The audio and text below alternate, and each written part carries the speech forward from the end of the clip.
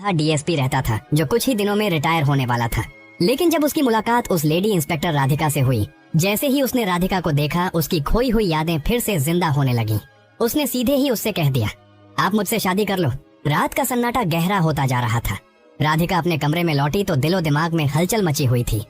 वर्दी की इज्जत, अपने उसूल और अपने अफसर के अल्फाज सब एक दूसरे से टकरा रहे थे। ये कैसे मुमकिन है, उसने खुद से कहा। कोई 60 साल का अफसर अचानक शादी की बात करे, और वह भी अपने मातहत से। लेकिन साथ ही हरिदास की नम आंखें और बेटी का जिक्र याद आते ही उसके दिल में हल्की सी हमदर्दी भी उतर आई। अगली सुबह थाने में माहौल मामूल के मुताबिक था। पुलिस अहलकार अपनी ड्यूटी में मसरूफ थे। राधिका ने कोशिश की कि वह इस वाकये को भूल जाए, मगर हर बार हरिदास का चेहरा उसके जहन में उभर आता। दोपहर के वक्त हरिदास ने राधिका को एक फाइल दी और बोला, यह केस तुम देखो, शायद तुम्हें समझ आए कि मैंने तुमसे यह सब क्यों कहा। राधिका ने फाइल खोली। उसके अंदर एक पुराना मुकदमा दर्ज था, राजपुर गांव में मालती देवी की खुदकुशी। राधिका ने हैरान होकर पूछा, सर ये केस तो 30 साल पुराना है, इसका मुझसे क्या ताल्लुक? हरिदास ने गहरी नजर से उसे देखा और कहा, इसका ताल्लुक है राधिका, और वह भी तुमसे ज्यादा। मालती देवी वह औरत थी जिस पर झूठा इल्जाम लगाकर उसकी जिंदगी बर्बाद कर दी गई थी। वह औरत बेकसूर थी, लेकिन थाने के अफसरान ने उस पर ऐसा केस डाला कि वह खुदकुशी पर मजबूर हो गई। और सुनो, उस दिन ड्यूटी पर मैं भी मौजूद था। राधिका के जिस्म में सनसनी दौड़ गई।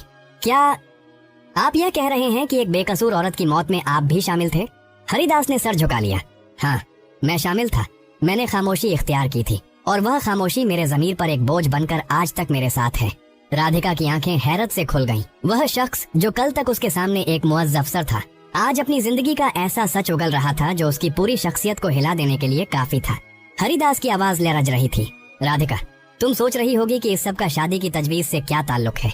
इसका ताल्लुक है, बहुत गहरा ताल्लुक, क्योंकि मालती देवी की एक बेटी थी। राधिका के दिल की धड़कन रुकने लगी। उसने बेइख्तियार पूछा, बेटी कहाँ है वह?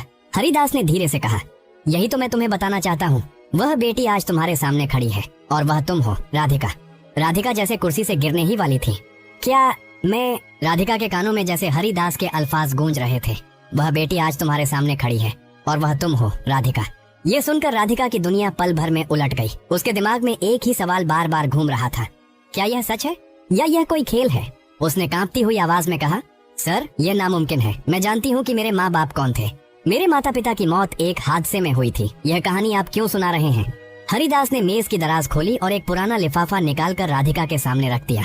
लिफाफे में पीले कागज थे, पुरानी तस्वीरें और एक डायरी। यह तुम्हारी माँ मालती की डायरी है, और यह उसकी तस्वीर। मैंने इसे बरसों छुपा कर रखा, क्योंकि सच कहने की हिम्मत मुझ में नहीं थी। राधिका ने डायरी के पन्ने पलटना शुरू किए। उस पर कांपते हुए अल्फाज में लिखा था, अगर मेरी बेटी कभी बड़ी होकर यह डायरी पढ़े तो जान ले कि मैं बेकसूर थी। मुझे जुल्म के बोझ तले दबाया गया, और मेरी एक ही ख्वाहिश है कि मेरी बेटी इंसाफ लेकर रहे। राधिका की आंखों से आंसू बहने लगे। उसका दिल टूट रहा था। जिसे वह बरसों अपना मुकद्दर मानती आई थी, वह हकीकत में झूठ निकला।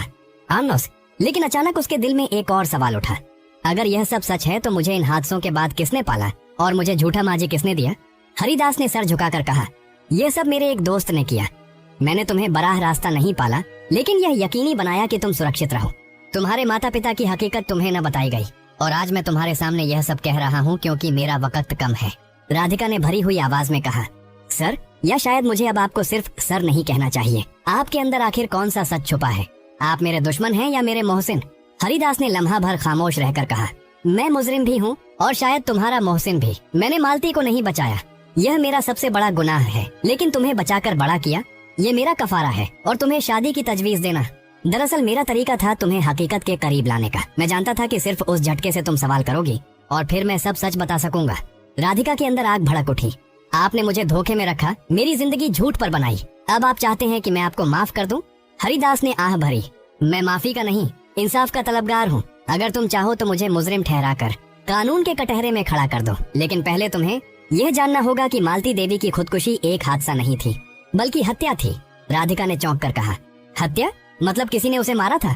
हरिदास ने सर हिलाया और आहिस्ता कहा, हाँ, और उस हत्या में सिर्फ मैं नहीं, कई बड़े अफसर शामिल थे। कमरे में सन्नाटा छा गया। उसी लम्हे पुलिस की एक टीम अंदर दाखिल हुई। राधिका ने पहले ही खुफिया कॉल कर दी थी। राणा प्रताप और उसके आदमियों को गिरफ्तार कर लिया गया।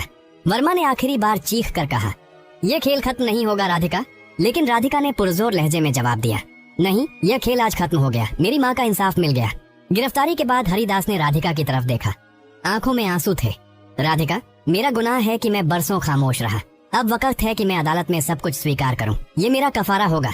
कुछ दिन बाद अदालत में हरिदास ने अपने गुनाह का इजहार किया, मगर साथ ही वर्मा, राणा प्रताप और कषण लाल के खिलाफ गवाही दी। अदालत ने सबको उम्र कैद की सजा सुनाई। राधिका ने अपनी माँ मालती देवी की डायरी कब्र पर रख दी और धीरे से कहा, माँ, तुम्हारा इंसाफ मिल गया। तुम्हारी बेटी ने तुम्हारा सपना पूरा कर दिया। दोस्तों, ये कहानी यहीं पर खत्म होती है। अगर हमारी वीडियो अच्छी लगी है तो हमारी आज की इस वीडियो को लाइक कर दें और हमारे चैनल को भी सब्सक्राइब कर दें।